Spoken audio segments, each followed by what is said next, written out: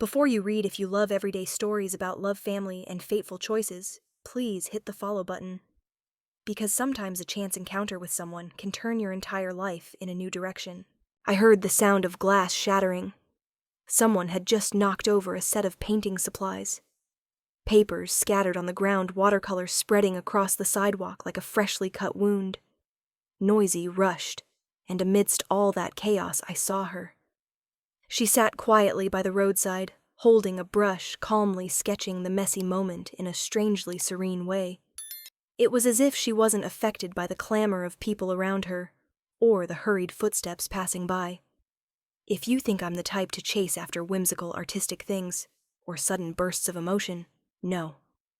I'm Ryan, 28. A software engineer living in Seattle. I'm used to code data structures and endless Zoom meetings. My life is simple, somewhat dry work, go home, occasionally hike alone, and there's absolutely no room for art in my schedule. That day I went to Portland at the urging of Dylan, my annoyingly persistent best friend. Go broaden your horizons, stop sitting with bugs and instant coffee. I went to shut him up. I planned to stop by for a few minutes and leave early, but then I saw her. No one noticed her. Everyone was busy admiring the paintings hung on brick walls, checking in with pop art pieces. She sat by an old lamppost, her shoulders slightly tilted, hair neatly tied up, the early afternoon light hitting her cheek, making everything seem to slow down. I walked over. "What are you drawing?" She hesitated, then turned her sketchbook toward me. It was a simple sketch, the chaotic scene from earlier, but rendered with delicate lines, surprising light and depth. "Just a way to hold on to the feeling," she said, with a faint smile. "Lila. My name's Lila." I sat down beside her, though I didn't know why. Something about her made me feel at ease, like amidst all the noise she was a slow, timely breath. We talked. About art. About Portland's streets. About the snacks she loved, peach pie and hot cinnamon coffee. Lila shared that she'd studied accounting, worked at a big firm, but then quit. She spoke softly, but her eyes avoided mine when she mentioned Mom. "I'm staying with my mom for now, in Kirkland," she said. "It's near Seattle, but it's not easy." That made me pause. I didn't pry, though I wanted to. Something in her voice was like thin ice ready to crack under pressure. I respected her silence. It grew dark. She excused herself to leave because Mom doesn't like me out late. I asked for her number. She wrote it on the back of a small postcard, a black and white drawing of the steel bridge she'd sketched on a rainy morning. That night back at the hotel, I stared at the postcard. There was something fragile yet resilient about her, like she was used to living in someone else's shadow, but refused to let herself fade completely. I texted, "Hi Lila, your drawing today was beautiful. I'm glad I ended up in the right place." She replied after 2 hours, "Thanks, Ryan. I'm glad someone actually looked at my art." I didn't know then that I was stepping into a love story that would teach me more than any line of code. Nor did I know that to love someone like her, I'd have to learn to stand firm against things beyond my control. Lila was special, but I didn't yet know that behind her gentle smile was a mother named Evelyn, a woman who could turn every life around her into a stage of control and expectations. After meeting Lila in Portland, we texted daily. Slowly. Each word seemed to have its own rhythm. About 2 weeks later, she came to Seattle carrying a canvas bag with pencils, sketch paper, and a touch of shyness as she stepped into my small Capitol Hill apartment. I brewed mint tea, and she spread paper on the table. Nothing overly romantic, just a rainy afternoon, soft jazz from an old speaker, and warm yellow light reflecting on the fogged-up window. But to me, it was the start of something real.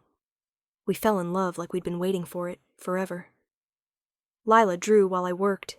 She'd lean out to admire the balcony view, ask me about coding, while I sat behind her watching the faint charcoal smudges on her fingers.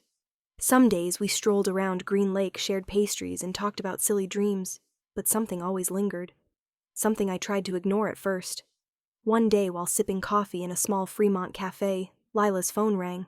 She winced at the screen, silenced it, and discreetly switched it to silent mode. I glanced over. "Mom, why not answer?" I asked gently. "It's nothing," she said with a forced smile. "Mom just checks on my schedule." I nodded, not pushing further, but I started noticing more. Her loud laughs were interrupted by phone calls. Late returns home triggered a flood of texts. Where are you? Who are you with? Still messing with art? How long will you live like this? One evening Lila arrived late. She looked exhausted, eyes red. I made hot cocoa, handed her a thin blanket, and didn't ask, but after a few minutes of silence, she sighed. I can't lie to Mom. But I can't tell the truth either. She thinks quitting my job was a huge mistake. She doesn't believe in art. She says only failures dream of painting. I sat beside her. But you're not a failure. You're living true to yourself. Lila gave a sad smile. I know. But every time I draw, I hear her voice in my head. I hugged her. For the first time I felt it clearly. Something in this relationship was bigger than us. A third presence always loomed in the room, even when it was just Lila and me. I tried talking to her openly a few times. That she needed her own space, that loving someone meant trusting their path. But she'd go quiet, or dodge the topic. My family, it's complicated. Complicated, yes, it was. Evelyn, her mother, wasn't someone you could easily reason with. I met her once briefly at a gallery in Bellevue when Lila invited me to a group exhibition where she displayed a portrait of a rain-soaked city. Evelyn wore a crisp white suit, poised and cold. She shook my hand without meeting my eyes. Standing by Lila's painting, she asked, You work in software, right? Which company got equity? I smiled, answered politely. She nodded, said nothing more, but her gaze felt like an appraisal. As we left the exhibition, Lila was silent the whole drive. I asked, You okay? I'm sorry Mom was like that. I didn't know she'd talk that way. I squeezed her hand. It's fine. But you don't need to apologize for her. You're not her. She looked down, eyes teary. It was the first time I saw her so openly vulnerable. But it didn't end there. One evening as we ate dinner at my apartment, Lila's phone rang. She glanced about to silence it as usual, but this time I said, Take it. I don't mind. She hesitated, then answered. The voice on the other end was loud enough for me to hear. Where are you? Didn't you promise to be back by 8? With that guy, who is he that you're changing for him? After all these years I've taken care of you now. You're chasing some nobody, wasting time on useless art.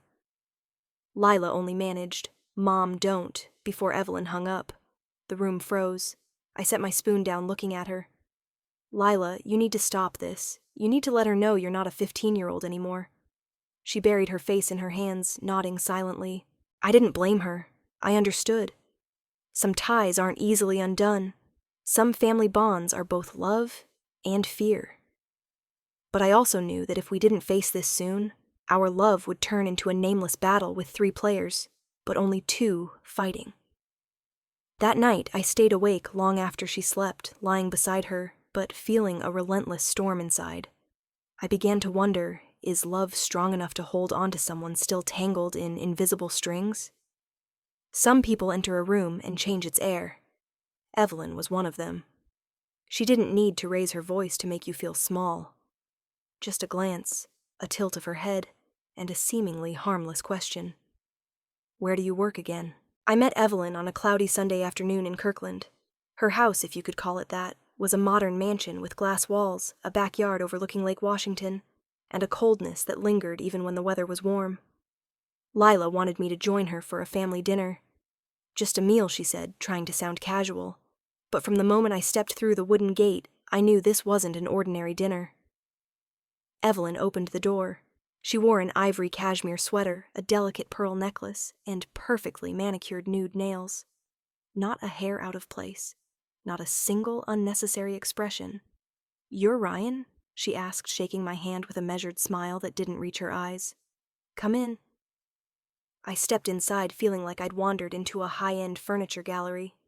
Everything was still polished and devoid of time or emotion. Dinner was laid out on the table, roasted lamb quinoa salad, warm ciabatta. Mike Leela's father was quiet and seemed resigned. He smiled at me, then faded into silence like a shadow. Evelyn poured wine, turning to me with feigned warmth. You're a software engineer, right? Yes, I work at a tech company in Seattle. Got equity, she pressed her tone unchanged. I'm a senior engineer. No equity yet, but I manage a product team. She nodded, sipping her wine. Tech changes fast. Not as stable as finance or real estate. Any long-term plans? It felt more like a job interview than a family meal. Each answer I gave was a mark on her invisible scorecard. I smiled, staying calm. I plan to start my own company someday, but for now, I'm gaining experience. Startup Evelyn tilted her head. Being your own boss sounds nice, but it's risky. Ever thought about investing in something more stable? Lila sat beside me, silent. She didn't interrupt her mother. Didn't speak when I was scrutinized like a potential investment rather than her partner. I glanced at her. She stared at her plate, twisting the small silver ring on her ring finger, a habit I once found cute, but now it signaled unease. Evelyn continued as if oblivious to the tension. You live alone? Yes, I rent an apartment in Capitol Hill. No house interest rates are still low. People with vision plan long-term. I set my knife down, took a sip of wine to steady myself. I understood Evelyn. I'd met her type in startup pitches, X-ray eyes, sweet but icy voice. But this was different. She didn't just want to test me. She wanted to confirm I wasn't enough. Lila stayed silent. I started to feel frustrated. Not at Evelyn, but at the person beside me, the one I loved, who said nothing. She'd been fierce when painting radiant, when sharing bold ideas, but now she retreated as if hiding in her own kitchen. Dinner ended with delicate panna cotta. Evelyn looked at me, smiling again. Thanks for coming. I hope you understand. We're just looking out for Lila's future. I nodded, standing. I understand. And I hope you trust that I'm not here to please anyone except Lila. Evelyn raised an eyebrow, surprised I'd responded so directly. She said nothing more. On the drive back, Lila and I didn't talk much. Kirkland's streetlights passed like cold, elongated streaks. Finally, I spoke. You know, I don't mind your mom's questions, but I felt judged. And what's harder is, you didn't say anything. She exhaled. I know, I just didn't want things to get worse if I argued. I'm too used to trying to please her. But you can't live like that forever, Lila. You're not your mom's expectations. She bowed her head. I know, but breaking free isn't easy. I took her hand. I don't need you to be perfect. I just need to know you're standing beside me, not behind your mom. She squeezed my hand but didn't reply. I didn't know then if this was the start of cracks or a warning I'd ignored. Only that, for the first time, I felt maybe this love needed more than empathy. It needed courage. And the girl I loved might not be ready to be brave yet. Seattle in early fall softens the heart.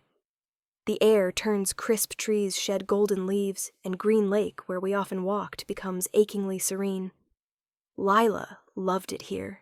She said it reminded her of childhood afternoons doodling on the grass with her dad before everything at home changed.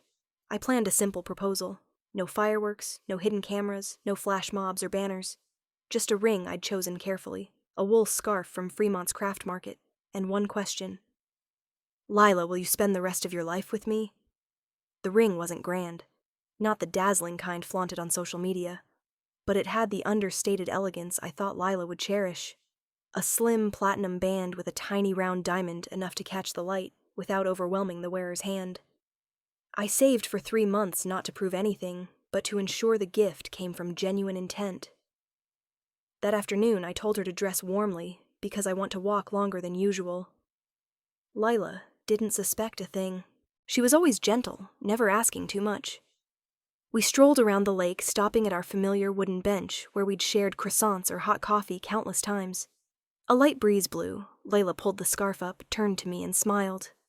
I bet you're going to tell me about a new startup idea this afternoon.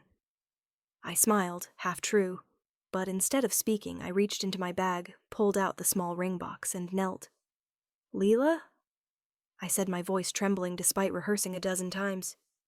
Some days I feel like everything can change, except how I feel about you. I've never been so sure of anything. You make me a better person. You make the little things matter. Will you walk through the years ahead with me, not just as my love, but as my partner? I opened the box. She covered her mouth. Her eyes widened. Then tears streamed down her cheeks uncontrollably. "Yes," she whispered then louder. "Yes, of course." She hugged me tightly, as if afraid I'd vanish. The sky in the distance turned orange, the lake's surface shimmering with ripples reflecting the day's last light. Everything was perfect, like a painting she'd once created. I slipped the ring on her finger. It fit perfectly. Her hands trembled slightly. She looked at the ring, then at me, smiling through tears. "I don't need anything bigger. Really. I just need to know you chose me, and I get to choose you back." I said nothing more. I knew love didn't need words then. We walked another lap around the lake, hand in hand.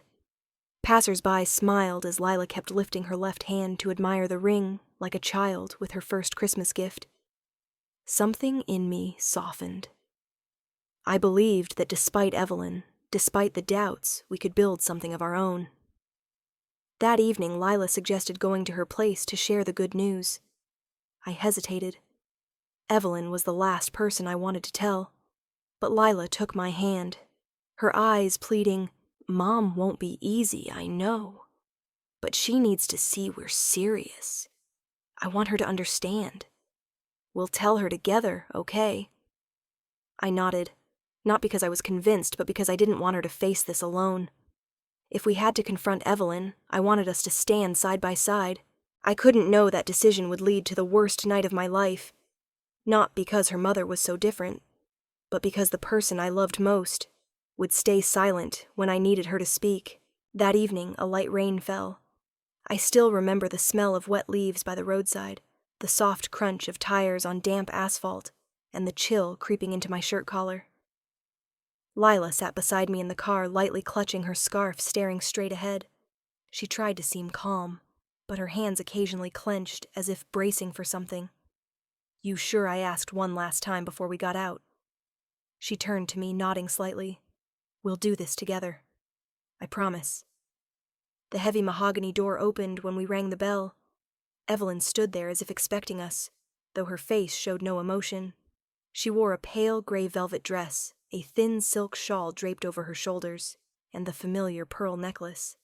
"Come in," she said curtly. Mike sat in an armchair in the living room, a folded newspaper on the table, his eyes briefly meeting mine before looking away as if afraid to linger. He nodded in greeting, polite but cautious, a gesture I'd seen in people avoiding trouble. Lila and I sat on the sofa. The room, with its faint candle scent and warm amber light from the chandelier, felt familiar. But tonight the air was different. Thick, taut, like a string about to snap. "What's with the late visit?" Evelyn asked, her voice light but sharp. Lila squeezed my hand, forcing a smile. "We have news. Ryan and we're engaged." Silence engulfed the room. For a few seconds I heard the clock ticking on the wall. Mike raised an eyebrow, about to speak, but stopped. Evelyn kept her faint, tight-lipped smile, her eyes fixed on Lila's left hand. "What's that on your finger?" she asked, her tone eerily calm. Lila lifted her hand, the ring glinting under the light. "The ring. Ryan chose it." Evelyn stepped closer. I thought she'd look at it and offer congratulations. But no. She took her daughter's hand, tilting her head to inspect it, like appraising a fake jewel. Then she let go, and smiled a smile that didn't reach her eyes. "This," she asked, not hiding her disdain. "This is an engagement ring." I kept my voice steady. "Yes. I chose it because it suits Lila.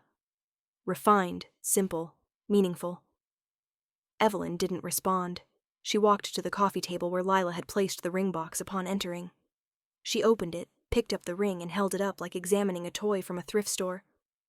"You know," she turned to her daughter. "A ring like this says a lot. Are you sure this is the man you want to entrust your life to, if he can't even invest in a proper ring?" "Ma'am," I interrupted. "I believe a ring's value lies not in its size or cost, but in the sincerity behind it." Evelyn turned to me, her gaze sharp as a blade. "Sincerity is nice, Ryan. But marriage needs more. My daughter deserves to be provided for by a man of substance. How much savings do you have? Own a house yet? Any financial plans for marriage?" Lila shook her head. Mom, enough. Not yet, Evelyn pressed her voice sharper. If you've only brought me a tiny ring and empty promises today, you should rethink your choice. I stood. Enough. I didn't come here to be insulted, I said, meeting her eyes. I love Lila, and I came to share our joy. But if love to you is a bank balance, I'll never measure up. I looked at Lila. She stared down, eyes, teary lips, pressed tight. But she said nothing. No defense, no gesture of support. Layla. I called softly, hoping she'd speak. But she only shook her head, her shoulders trembling. Evelyn set the ring on the glass table with a clear clink. If this is all you can offer, you're not ready for marriage. No one spoke further. Mike avoided my gaze as always. I picked up the ring, put it back in the box, and slipped it into my pocket. Thank you for your hospitality. I said, my voice light, but firm. I'll take my leave. I turned, walked to the door, not waiting for anyone to see me out. Behind me, I heard Lila's footsteps, but when I looked back, she stood at the threshold, not following. Ryan, she called softly. I'm sorry. It's not an apology. I need Lila, I said. I need to know you're ready to stand by me. But today, I didn't see that. She looked down silent, and I knew a promise of marriage could break not by betrayal, but by silence. I stepped outside. The rain had stopped, but the air was still cold, bone-deep cold. After that night at Evelyn's, I drove Lila back to my apartment as usual, but neither of us spoke the whole way. Just the steady swish of wipers and rain on the windshield underscoring a heavy silence. I wasn't angry at her. I just didn't understand. When I needed her to speak, she didn't. When I was insulted, she didn't react. I'd tried to stay calm to not make things worse. But inside a quiet storm brewed disappointment, exhaustion. At home, she sat on the edge of the bed, removed her scarf, head bowed. I think I should go home for a few days, she said, just to calm Mom down. I don't want this to turn into a Cold War. I turned to her. You mean to your mom's, yeah, just for a bit. I'll talk to her. Clear things up, then I'll come back. I wasn't sure I heard right as a strange feeling surged inside, like instead of weathering the storm with me, she was turning back to the place that had pushed her away. You sure? She nodded. Just a few days. The first 3 days we still texted. She said everything was fine, that Evelyn hadn't said much more, that Mike was quiet as ever, that she was trying. By day 5, her texts grew shorter. Slower replies, colder words. I miss you stopped appearing. Calls vanished. I started to worry. I called. She didn't pick up. I texted, can I come by to talk? She replied after 4 hours. Probably not yet. Mom's upset. I don't want to make things messier. That's when I knew. Evelyn was back stronger, sharper. She didn't need to say much, just plant a few doubts, a few jabs, a few. Is he worth it to topple a relationship already teetering? I didn't blame Lila. I once believed that if you loved someone deeply enough, you could bear their burdens, shield them from harm. But love can't replace a spine. It can't make someone stand if they don't want to. I started to wonder, had I been too trusting in something only I was holding on to? I opened a drawer, took out the ring box. Still the deep green velvet one I'd chosen so carefully. The ring lay inside, silent, like our relationship. I couldn't keep it. Not because I wanted to give up, but because I didn't want to hold on to a symbol of something no one dared believe in anymore. I drove to the old jewelry store in Ballard. The seller, a sweet girl with pink hair, recognized me instantly. You bought this ring last month, right? I nodded, handing her the box. It's still pristine.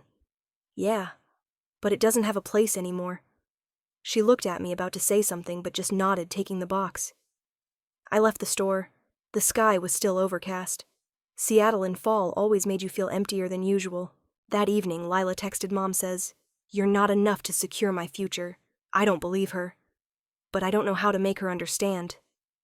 I stared at the message, then typed, "So what are you going to do?" She didn't reply. The next morning, I got an email from Evelyn. Brief. Ice cold. Ryan, thank you for caring about my daughter. I trust an ambitious person like you understands that sometimes stepping back is necessary to go further. I wish you a path that aligns with your values. No congratulations, no hint of respect. Just a polite dismissal for someone who didn't meet the standard. I didn't respond. A week later, I removed Lila's photo from my bookshelf, the one taken by the lake, her smiling radiantly after I proposed. I didn't throw it away. I just placed it in a box with a few memories that needed to be stored. I don't know if Lila could read my thoughts, but I knew she was lost in a maze drawn by the mother she both loved and feared. I'd tried to enter it with her, but every step I took, Evelyn built another wall. And Lila seemed more accustomed to living within those walls than breaking them down. The call came on a Monday morning. I was in a meeting when Lila's name flashed on my screen. I excused myself, heart racing, hands cold. The last time she called it was to say she didn't know what to do anymore. Her voice today was different, hoarser, more urgent. I said hello, and she burst into tears. Ryan, Mom kicked me out. I froze in the empty hallway. What she told me to meet someone, a businessman friend of hers in Chicago. I refused. She screamed, said I was too spoiled from loving a poor man, then told me to pack in 30 minutes. I heard every word, but couldn't believe it. Though I'd seen Evelyn's coldness, I never thought she'd cut ties with her own daughter over a refusal. Where are you, Tacoma? I found a cheap room online. Temporary. It's small, but has a window. I'm okay. That last bit "I'm okay" sounded so frail it stung my heart. I can come get you. No, she cut me off. This time, I want to stand on my own. I didn't go to Tacoma that day. Not because I didn't want to, but because I understood she was stepping into her own chapter, and I couldn't join unless invited. A few days later, Lila texted. Short lines: I'm working at a small studio painting ad backgrounds and custom orders. Not much money, but I feel real. I reread real. It made me glad yet small before the pain she endured to claim something so simple. Lila's Tacoma apartment was a second-floor rental with faded white walls and creaky wooden floors. But she said she loved the morning light through the window and the quiet nights, something Evelyn's house never had. She worked days at the studio, set up an easel at night, started a YouTube channel, and tried selling art on Etsy. Her first paintings of rainy cities, misty streets, and loose hair got positive feedback. A woman from Maine messaged me saying my art reminded her of her first love. I cried reading it, she told me. I didn't reply right away, because I wanted to cry too. Not from pity, but pride. One Friday afternoon, while I was in line for coffee at Pike Place, my phone buzzed. Lila texted I just did something crazy. What I asked. I went back to that jewelry store. The seller still remembered you. I asked about the ring. She said luckily it hasn't sold. And I bought it back. I stood frozen in the coffee shop. Not because of the ring's value, but because that act was a wordless statement: I choose you. This time, with my own hands. A week later, I received a small package. Craft paper sender L. Brooks, Tacoma. Inside was the ring still in its old velvet box, and a handwritten letter. Ryan, I'm sorry for leaving you alone when we should have stood together. I didn't speak, not because I didn't want to, but because I hadn't learned to speak through fear. But today, I'm not afraid anymore. This ring was once called too small. But to me, it's proof you believed in me and us with the utmost sincerity. I bought it back. Not for you to propose again, but to reclaim what I lost. This time I choose you. Not for Mom, not for anyone else. Just for me. Lila. I held the ring, my heart racing, like that first day by Green Lake. Not because I thought things would return to how they were, but because I knew the girl I loved had learned to walk on her own. And perhaps, in leaving me, she was starting to return. That morning as I brewed coffee, the doorbell rang. I wasn't expecting anyone, but opened the door. On the porch was a small package wrapped in familiar brown craft paper. The sender's name stopped me cold. L. Brooks, Tacoma. I didn't open it right away. I held it, sat by the window where morning light slanted through the curtains, casting a glow on the table like a reminder. Slow down. I carefully peeled the tape. Inside was the ring. Unmistakable. The deep green velvet box I'd chosen so meticulously. Opening it, the tiny stone lay still, quietly shining, like it did when Lila's eyes lit up the first time. Beneath the ring was a handwritten letter. Lila rarely wrote by hand. She drew instead. But that letter, with slightly slanted, trembling script, was the clearest proof she'd done something she once feared. Ryan, I'm sorry for leaving you alone when we should have stood together. I didn't speak, not because I didn't want to, but because I hadn't learned to speak through fear. But today, I'm not afraid anymore. This ring was once called too small. But to me, it's proof you believed in me and us with the utmost sincerity. I bought it back. Not for you to propose again, but to reclaim what I lost. This time, I choose you. Not for Mom, not for anyone else. Just for me. Lila, I'd hoped. Then lost all hope. I thought our story was beautiful but fleeting. Something I'd recount to friends on a rainy night I once loved a gentle painter. And lost her because I wasn't strong enough. But now I knew I hadn't lost her. She just needed time to find herself. And she did without me guiding her. I held the ring in my palm. No longer sad. No longer regretful. Just grateful that I'd loved someone brave enough to return not with words, but with action. I took a sheet of paper, wrote a single line short, I'm still here. But next time I won't wait alone. I placed the note in the box, with the ring tucked it into my nightstand drawer, not to forget, but to wait. That evening I didn't text Lila. I knew she needed time, and so did I. To sort the mess. To heal. I opened Spotify, picked the late autumn morning's playlist, soft, wordless piano. I brewed more tea, turned on the warm yellow lamp. Each small act made me feel one thing, clearly, some loves don't need words. Keeping them in your heart is enough to warm a room. A few days later a call came. Unknown number, but I answered. Ryan, a small familiar voice. Lila. Yeah, did you get... I got it.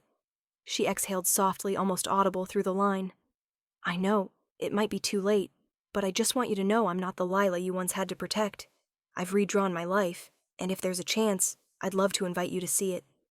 I paused for a few seconds. You free this Saturday, she continued. I have a small exhibition at a local gallery. Not big, but it's the first time I've signed my name as myself. I chuckled softly. Full name or just Lila? This time it's Lila Brooks. I agreed.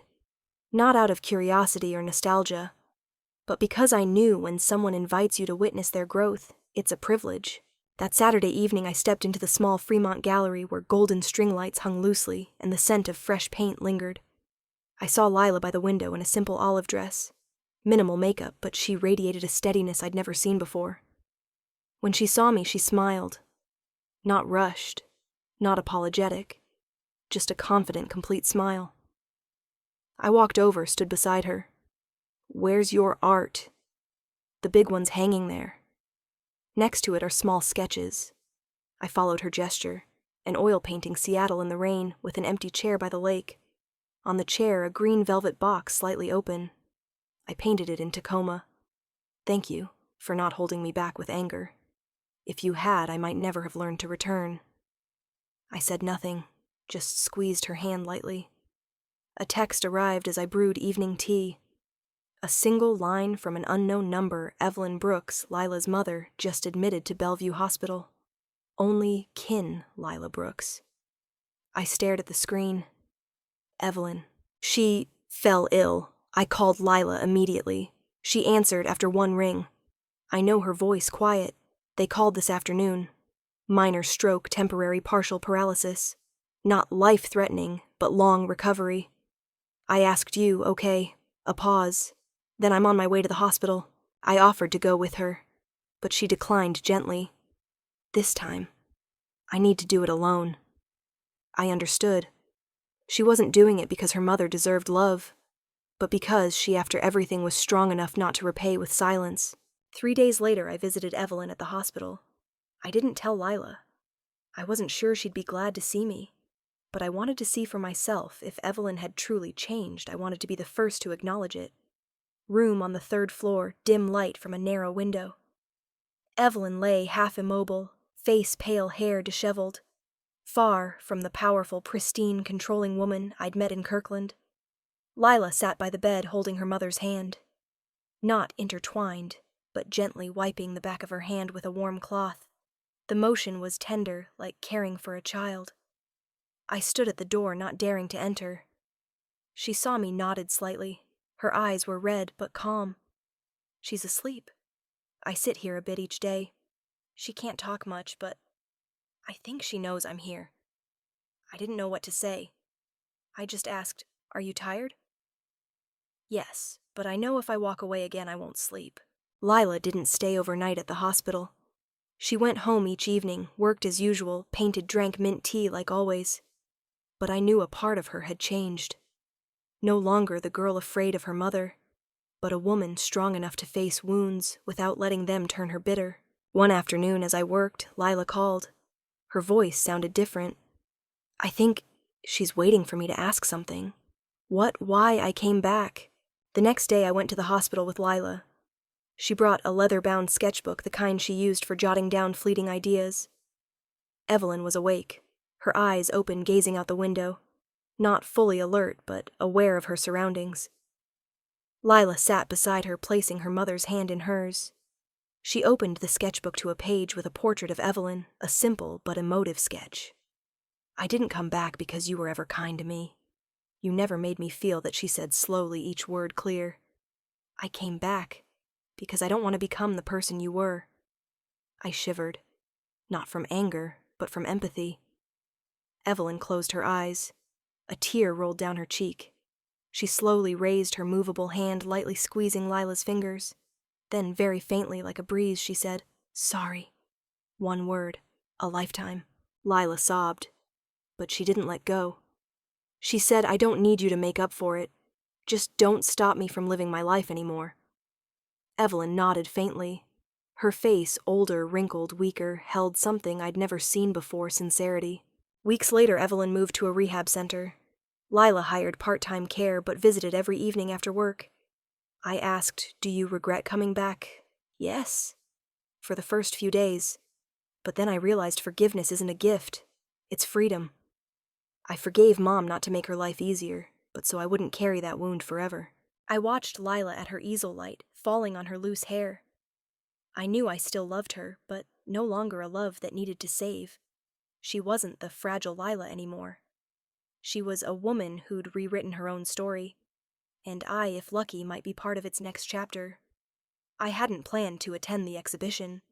In fact, I hadn't stepped into a gallery since leaving the Green Lake apartment. Art, once my link to Lila, had become a quiet reminder of something left unfinished. But that day, a colleague dragged me along as our company sponsored a fundraiser for independent artists post-pandemic.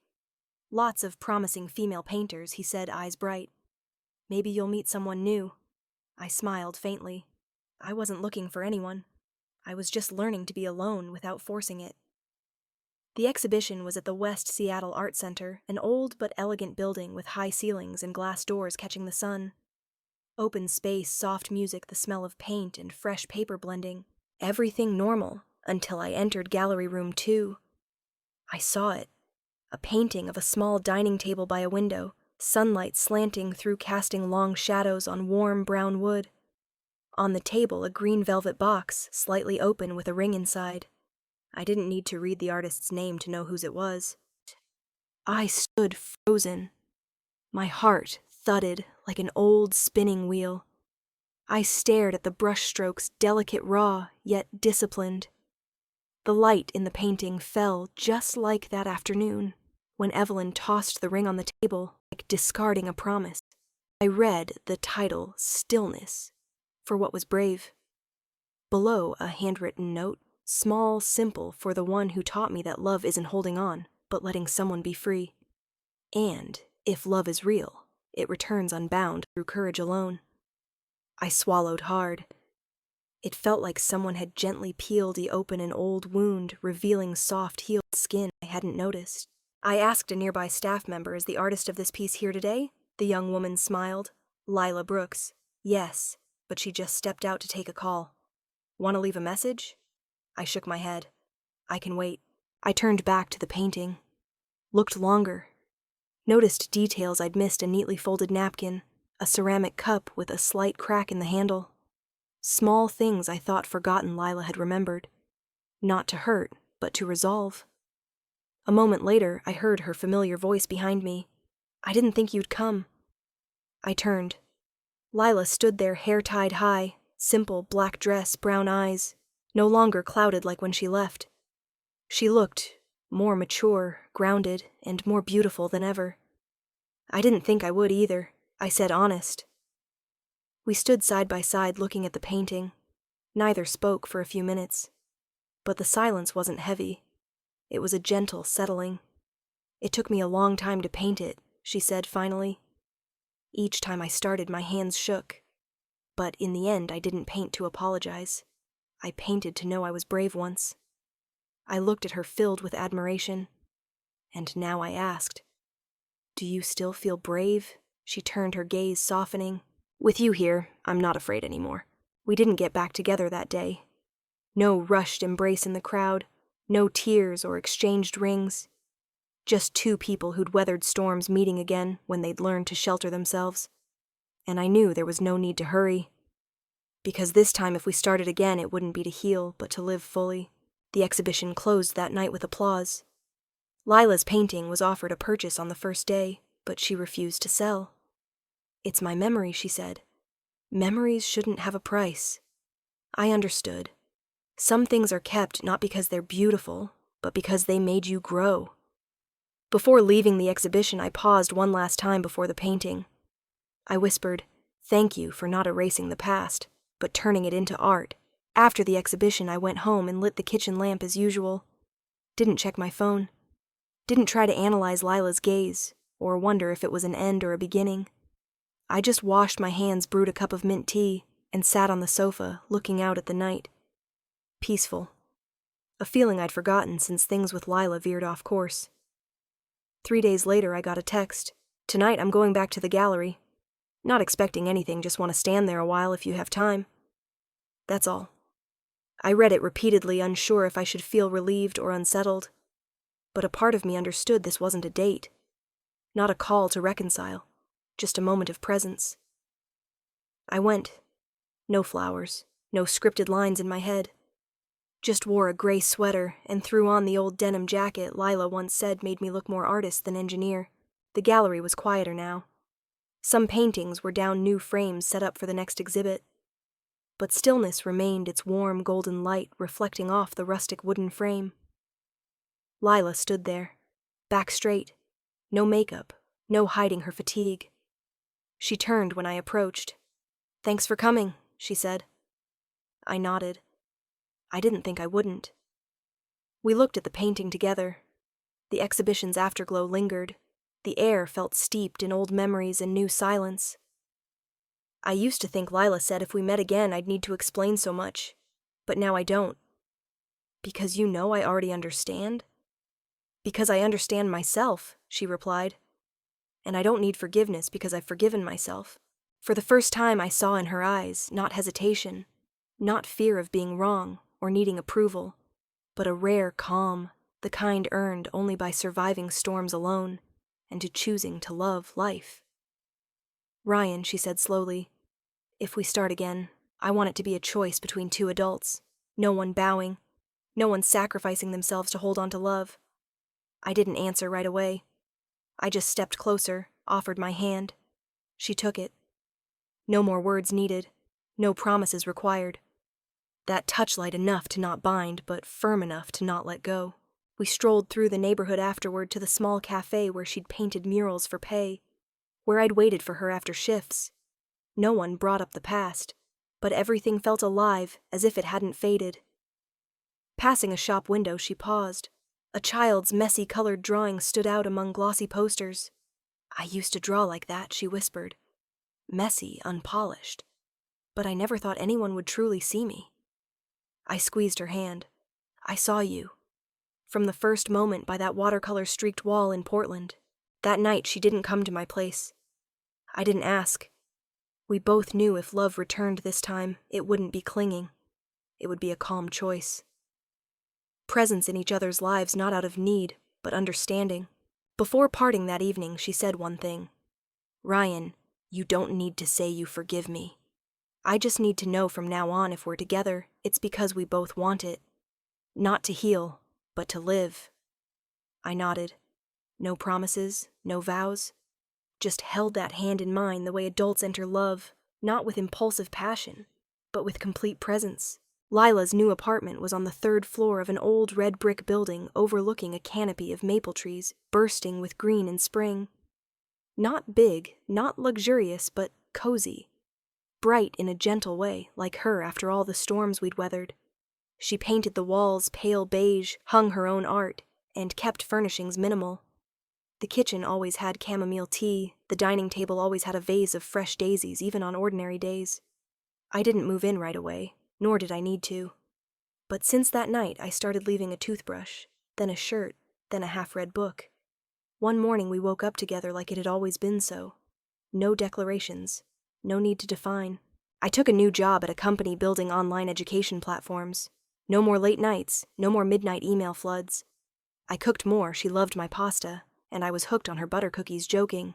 They were why I came home early. Lila kept painting, but this time she didn't hide it from her mother. She took book cover commissions, designed cafe wall art, taught kids art classes at the local library. She still got calls from Evelyn, but fewer and different. Mom just checks in now, she told me one evening. No questions about what you do, how much you earn, or if we're buying a house. I watched her fold her phone relief unguarded.